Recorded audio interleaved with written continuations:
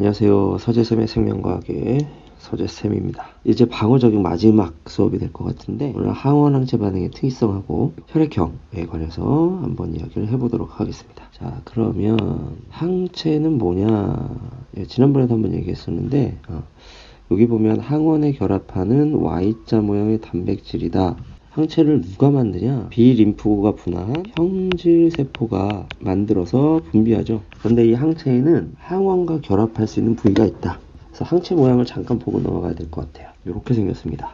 Y자형 항체죠. 짧은 사슬 2개, 긴 사슬 2개, 이렇게 4개의 폴리펩타이드로 되어 있는데 단백질이죠. 그 중에서 아랫부분은 불변 부위라고 해서 모든 항체가 다 공통적인 구조를 가지고 있습니다. 근데 윗부분 두 군데 있죠. 군데는 가변 부위라고 해서 이 부분은 존재할 수 있는 모든 항원에 대해서 이 항체가 존재할 수 있는 가능성을 가지고 있어요. 다양한 모양을 가지고 있다. 가변 부위라고 하는데 변할 수 있는 부위라는 거죠. 항원과 이 부위가 결합을 하게 됩니다. 그래서 항원과 결합하는 부위를 항체 하나당 몇 개씩 갖고 있어? 2개씩 갖고 있죠. 결합 부위가 다양하기 때문에 이 결합 부위와 결합할 수 있는 항원은 한 종류밖에 없는 거죠. 한 종류의 항원에만 작용하고 다른 항원에는 작용하지 않습니다. 이걸 우리 뭐라고 한다? 항원항체 반응의 특이성이라고 하는데, 그럼 어떤 항원이냐? 항원이 들어오면 그거에 대응해서 항체가 만들어지죠. 이 항체를 만들게 한 원인에 대해서만 반응을 하게 됩니다. 하나의 형질세포는 한 종류의 항원에 대해서 활성화된 세포겠죠. 그렇기 때문에 한 종류의 항원에만 반응하는 항체를 생성하게 됩니다. 이 말은 결국 한 종류의 항체만 생산하게 된다라고 하는 이야기가 되겠고, 밑에 그림을 보면 항원의 종류가 이렇게 다양하죠. 이때 항체의 종류도 다양합니다. 한번 짝을 맞춰보면 얘하고 얘하고 맞죠? 그래서 얘는 여기에 결합 가능. 하지만 이 항체는 요 항원과는 입체 구조가 다르단 말이야. 그래서 결합하지 않습니다. 이 항체는 얘랑 결합 가능하겠죠. 이렇게. 그리고 이 항체는 이렇게 요 부분과 결합 가능하게 되는 거지. 그런데 맨 오른쪽에 있는 얘를 보면 얘를 보면 몇 개의 항원을 가지고 있느냐? 이렇게 두 종류의 항원을 가지고 있어요. 그렇기 때문에 이 병원체의 경우에는 요 부분에는 요 항체가, 요 부분에는 요 항체가 이렇게 결합하게 되겠지. 그래서 오른쪽 그림에서처럼 얘는 결합 가능, 얘도 결합 가능. 하지만 얘는 결합 불가능. 항원항체 반응이 뭐라고 한다? 특이성이라고 얘기합니다. 두 번째로는 항원항체 반응이 일어나서 결국 병원체를 무력화시키게 되는데 어떠한 방법을 사용하느냐라고 하는 겁니다. 교과서에는 나와 있지 않지만 이 용어들은 좀 중요하기 때문에 한번 우리가 정리를 한번 해볼게요. 이렇게 5가지가 나옵니다. 첫 번째는 중성화야. 그림을 보고 좀 파악해 볼게요. 여기 바이러스가 있는데 이 바이러스를 항체가 어떻게 해? 이렇게 둘러싸서 완전히 코팅을 해버리는 거죠. 그렇지. 그렇게 되면 바이러스가 항체에 둘러싸여서 꼼짝 못하게 되는 겁니다. 이런 반응을 우리가 뭐라 그래? 중성화라고 이야기를 하고. 두 번째, 응집. 자, 응집은 우리가 혈액형 할 때 나올 거기 때문에 이 응집을 잘 한번 봐주세요. 잘 보면 항체가 항원과 결합하는 부위가 두 군데잖아. 그래서 이 항원이 세균 2마리를 이렇게 붙잡고 있습니다. 그렇죠? 그렇기 때문에 이 항원과 이 항원이 연결돼 버린 거죠. 떨어질 수 없게 된 거야. 그렇지? 그 다음에 요 항원 역시 이 세균과 이 세균 2개를 이렇게 붙잡고 있죠. 그러므로 인해서 이 3마리의 세균은 어떻게 돼? 한 덩어리가 돼 버리는 거지. 이렇게 항체가 여러 개의 항원과 결합하게 되면서 이 전체가 하나의 덩어리가 돼 버리는 거죠. 그런 걸 우리 뭐라 한다? 응집. 커다란 덩어리가 된다라고 하는 거야. 다음 침전. 침전은 자, 이런 항원의 같은 경우에는 작고 그 다음에 가볍기 때문에 가라앉질 않고 둥둥 떠다닌다고 혈액 속을. 그러면은 붙잡기 어렵겠죠. 이때 항원들이 달라붙어 가지고 밀도를 높이는 겁니다. 그렇죠? 그렇게 해서 가라앉게 만들어주는 거지. 이거를 우리가 침전. 이렇게 중성화나 응집, 그 다음에 침전 반응을 겪은 항원들은 누구의 눈에 쉽게 띄게 된다? 백혈구의 눈에 쉽게 띄게 됩니다. 이 백혈구는 이 항체를 인식할 수 있거든요. 얼른 잡아먹는 거야. 그래서 식균 작용을 어떻게 한다?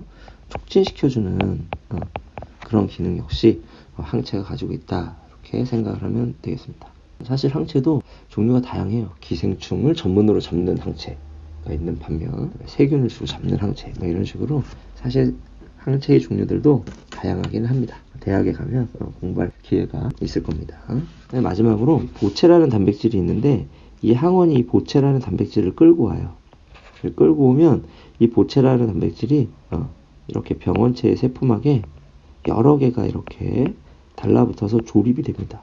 근데 얘가 구멍이 돼요. 이렇게 동그랗게 조립이 돼가지고 여기 보면 아래쪽에 보면 이렇게 보채 이렇게 보채들이 붙어가지고 커다란 원통을 만들죠. 그래서 세균에 뭐가 난다? 구멍이 뻥 뚫리게 되는 겁니다. 그래서 이런 게 있고 혈액형에서는 이 응집 반응이 중요한 역할을 하게 된다라는 것까지 얘기하고 넘어갈게요. 다음 혈액형을 한번 보도록 하겠습니다. 자, 혈액형이라는 걸 언제 알게 됐을까? 이거는 의학이 발달하면서 수술도 하고 막 이렇게 됐을 거 아니야. 그래가지고 수혈이 필요하게 됐고 수혈을 하다 보니까 때로는 수혈 때문에 목숨을 건지기도 하지만 어떨 때는 수술이 잘 됐는데도 불구하고 수혈 때문에 목숨을 잃기로 하더라는 거죠. 그래서 이 수혈로 목숨을 잃은 자들의 몸이 어떻게 변했나 해부를 해서 보니까 피가 어떻게 돼? 덩어리진. 적혈구들이 막 엉켜가지고 덩어리져 있는 그런 덩어리들을 우리가 많이 발견할 수 있었다. 그럼 얘네들이 혈관을 막았을 거 아니야. 그래서 목숨을 잃고 막 그랬단 말이지. 이 덩어리지는 이런 반응을 응집 반응이라고 이야기를 했고, 이 응집 반응이 뭔지 살펴봤더니 이것도 일종의 뭐더라? 항원 항체 반응이더라. 그래서 혈액형이 같은 사람끼리는 혈액이 섞여도 응집 반응이 일어나지 않고, 혈액형이 다른 사람끼리는 혈액을 섞었을 때 응집 반응이 일어나게 된다. 그래서 A형과 B형을 섞으면 응집 반응을 일으켜요. 하지만 A형과 A형을 섞으면 응집 반응을 일으키지 않게 되는 겁니다. 이거 뭐냐면 적혈구 세포막에 응집원이라는 게 있어. 일종의 뭘로 작용한다? 항원으로 작용해. 근데 이 응집원이 몇 종류냐면 두 종류야.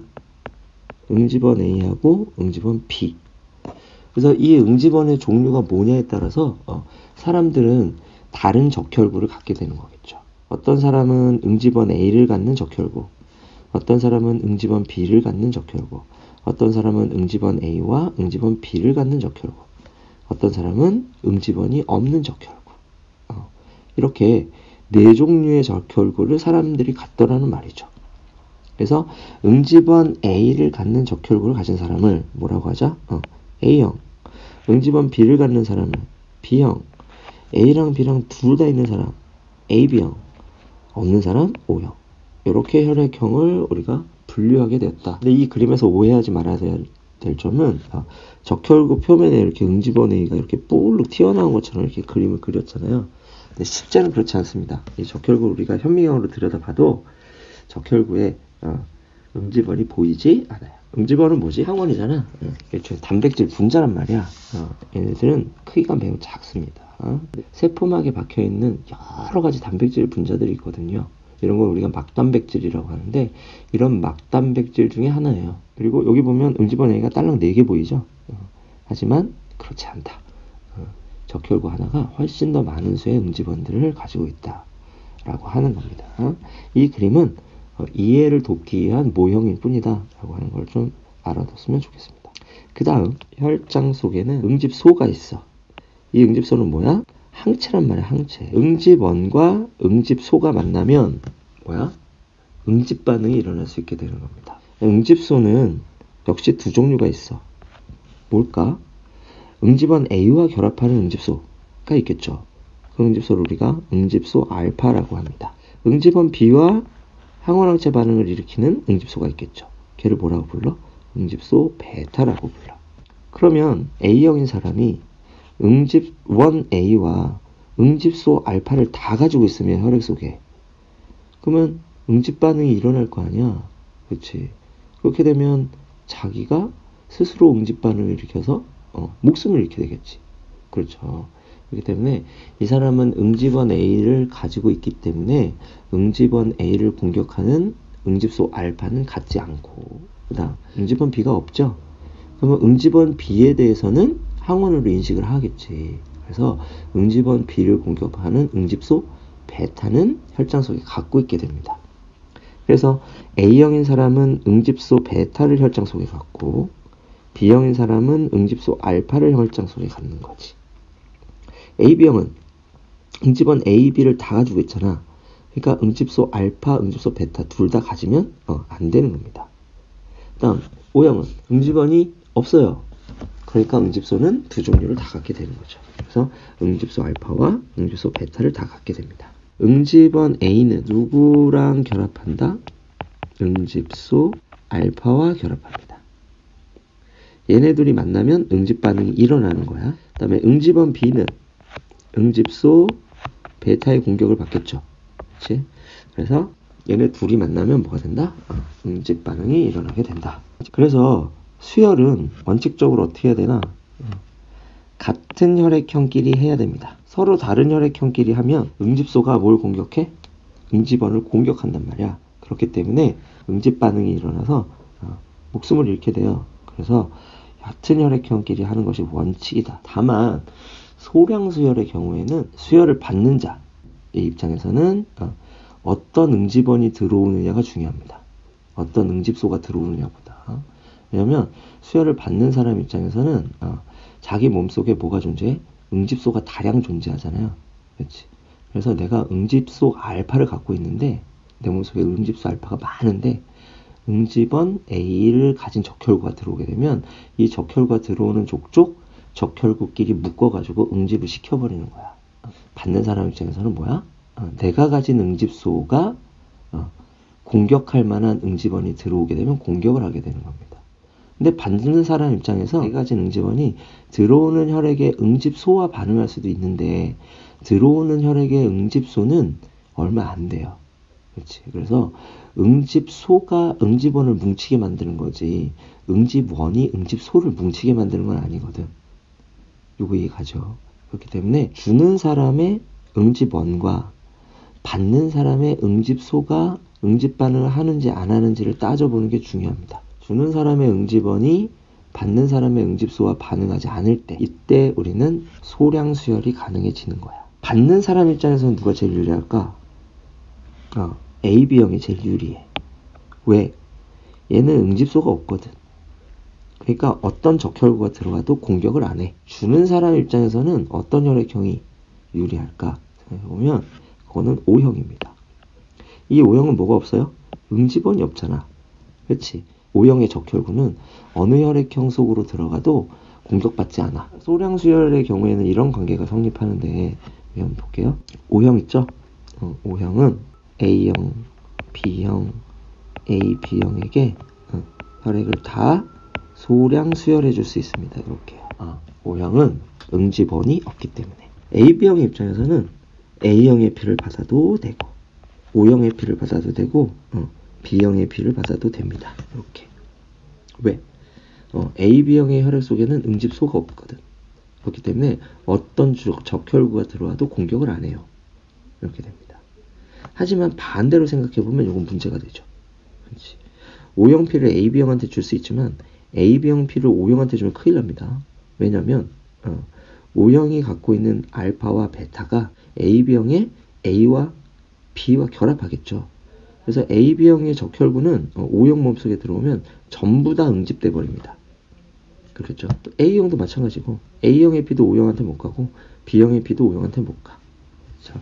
그래서 O형의 혈액형은 응집원이 없기 때문에 다 퍼줄 수 있는 반면 다른 혈액형으로부터는 수혈을 절대 받을 수 없게 되는 거죠. 근데 AB형의 혈액형은 응집원이 두 종류 다 있기 때문에 다른 혈액에게는 절대 줄 수가 없게 되죠. 하지만 AB형은 응집소가 없기 때문에 다 받을 수 있게 되는 겁니다. 그래서 이거를 우리가 뭐라 그래? 수혈관계도라고 이렇게 부르는데 여기 나와 있는 이 화살표는 어디에 한해서 가능하다? 소량 수혈. 그럼 다량 수혈하면 왜 안 되냐? 이때는 어떻게? 주는 이의 응집소가 받는 이의 응집원과 결합할 수 있는 가능성이 생겨버리는 겁니다. 그렇게 응집 반응을 일으킬 수가 있어요. 응집소가 많아지면. 학생들이 이 부분을 많이 헷갈려하는 이유는 혈장에 대한 개념이 잘 없어서 그런 경우가 좀 많은 것 같더라고요. 그래서 혈장이 뭔지를 잠깐 좀 설명하고 넘어갈게요. 이 혈액이 핏줄이 막 보이네. 피를 뽑습니다. 피를 뽑아서 이렇게 시험관에 담아. 그 다음에 원심 분리기라고 하는 기계에 넣고 이렇게 비스듬하게 꽂죠. 그럼 얘가 막 돌아갑니다. 이렇게 뱅글뱅글 막 돌아가면 혈액 중에서 밀도가 높은 성분들은 밑으로 가라앉게 되는 거야. 밀도가 높은 또는 크기가 큰 이런 것들을 성분을 분리하는 기계를 우리가 원심 분리기라고 하는데, 이렇게 원심 분리기로 쫙 분리를 해보면 혈액이 이렇게 세 개의 층으로 나눠지는데요. 이 아래 두 층 혈구라고 합니다. 이 위쪽에 뜨는 이 액체 성분들, 이것들을 뭐라고 불러? 혈장이라고 합니다. 혈장은 밀도가 낮은 것들, 이거는 밀도가 높은 것들이고요. 그 다음에 이 빨간 부분이 거의 대부분이 적혈구가 되겠고, 그 다음에 여기 중간에 하얀 부분 있지? 여기가 백혈구하고 혈소판이야. 여기 있죠?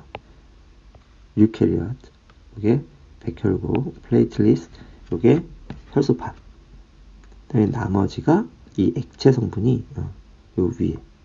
그래서 여기에는 거의 대부분 물이지만 물 속에 녹아있을 수 있는 성분들 있죠. 그치. 예를 들어서 혈장 단백질 같은 거, 알부민, 글로불린 뭐 이런 얘기 들어봤죠. 그런 것들.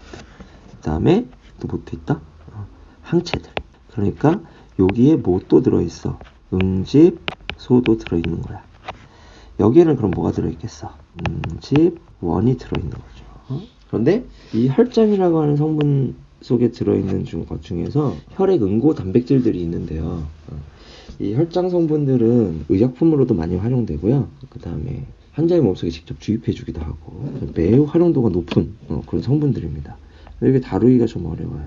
근데 이 혈장 성분들 중에서 혈액 응고 단백질 성분들을 빼면 좀 더 맑고 다루기 좋은 액체들이 나오게 돼요. 그걸 우리가 뭐라고 부르냐면 혈청이라고 부릅니다.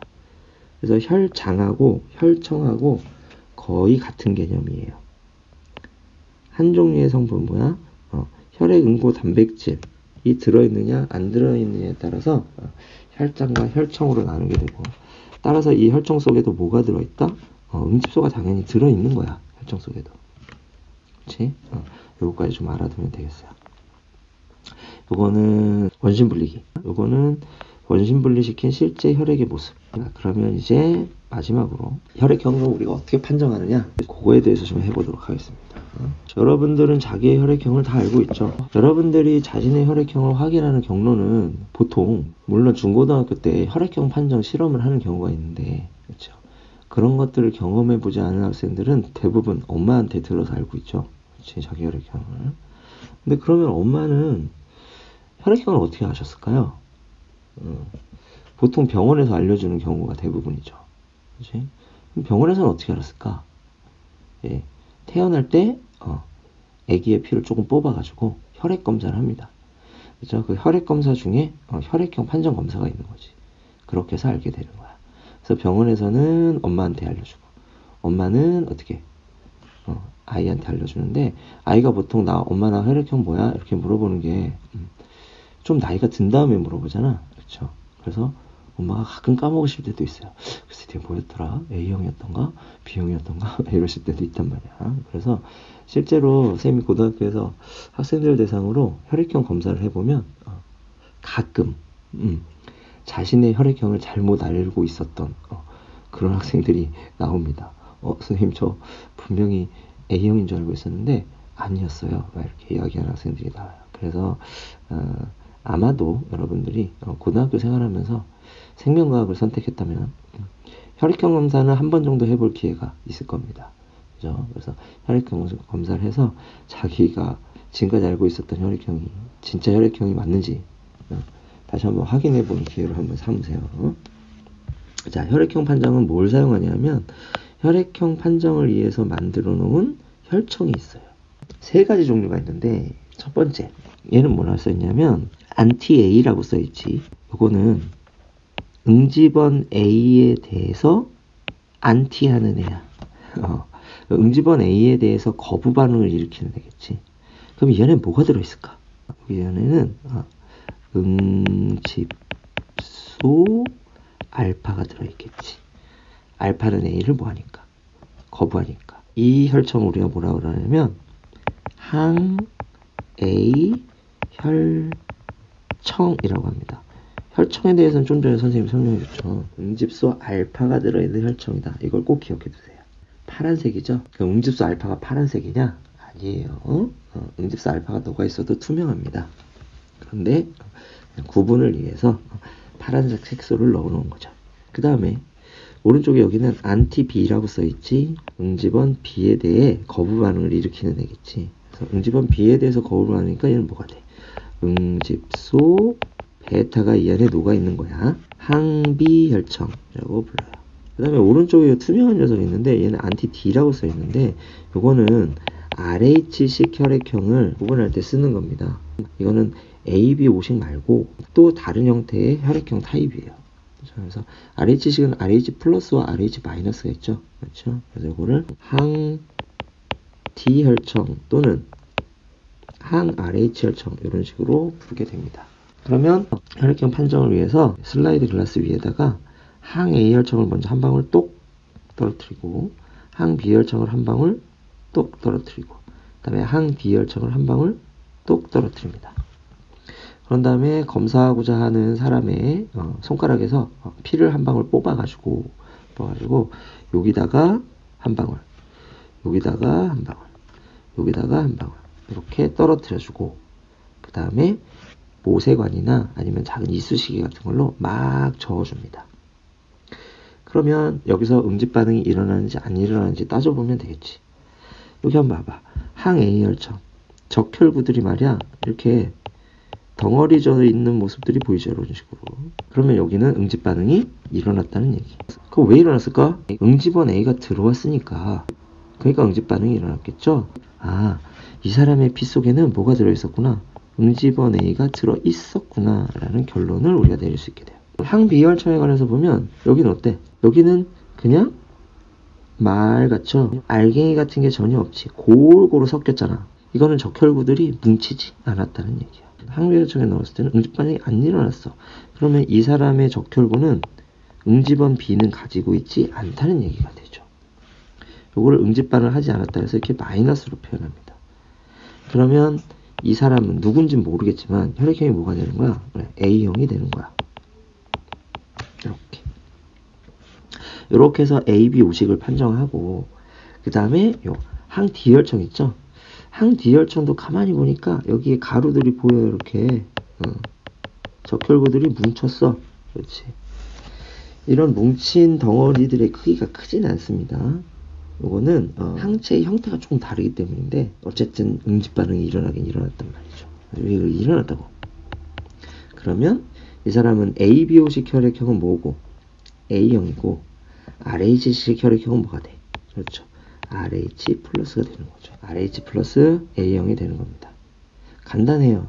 항 A에만 응집하면 A형, 항 B에만 응집하면 B형. 둘 다 응집하면 A, B형이겠지? 둘 다 응집하지 않으면 O형이 됩니다. 여기다 다시 한번 정리해 볼게요. 응집소 알파, 항 A 혈청, 응집소 베타가 들어있는 혈청, 항 B 혈청. 자, 모드먼 1이 플러스 마이너스 이런 결과가 나왔다. 무슨 형? 모드먼 1은 A형. 마뿔 무슨 형? B형. 뿔뿔 A, B형. 맘마 O형. 자, 그 다음에 시험에서 가끔 물어보는 게 있는데 요 얘기만 하고 마무리할게요. 철수의 혈구와 영희의 혈장을 섞었다 이렇게 얘기합니다. 그러면 이 혈구는 응집 원만 갖고 있겠죠. 응집소는 없어. 그 다음에 영희의 혈장이니까 여기는 뭐가 들어있겠어? 응집 소만 있겠죠. 그럼 만약에 철수가 A, B형이고 영희가 O형이었다고 한번 생각해 봅시다. 그러면 철수는 응집원을 A, B 다 갖는 거지. 영희는 응집소 알파, 베타를 다 갖는 거지. 그래서 이때는 어떻게 된다? 당연히 응집 반응이 일어날 겁니다. 그렇지? 근데 철수가 O형이고 영희가 A, B형이었다. 이렇게 되면 어떻게 될까요? 이때는 철수의 혈구에는 응집원이 없고 영희의 혈장에는 응집소가 없죠. 그러니까 이때는 응집 반응이 일어나지 않게 되는 거지. 그럼 이 사람이 A형인 경우에는 어떻게 될까? 뭐가 있는 거야? 베타가 있는 거야. 그러면 누구의 혈구가 들어오면, B형의 혈구가 들어오거나 AB형의 혈구가 들어오면 그때는 응집 반응이 일어나고, 나머지 두 혈액형의 혈구가 들어오면 그때 응집 반응이 일어나지 않게 되는 겁니다. 요런 거를 좀 따져야만 하는 문제가 가끔 나와요. 그러니까 여기까지 여러분들이 공부해 두기 바랍니다. 자, 이렇게 해서 방어작용을 끝까지 우리가 마무리를 해봤습니다. 오늘은 여기까지 하고요. 시험이 있으신 분들은 기말고사들 잘 보시기 바랄게요. 안녕. 다음에 또 봐요.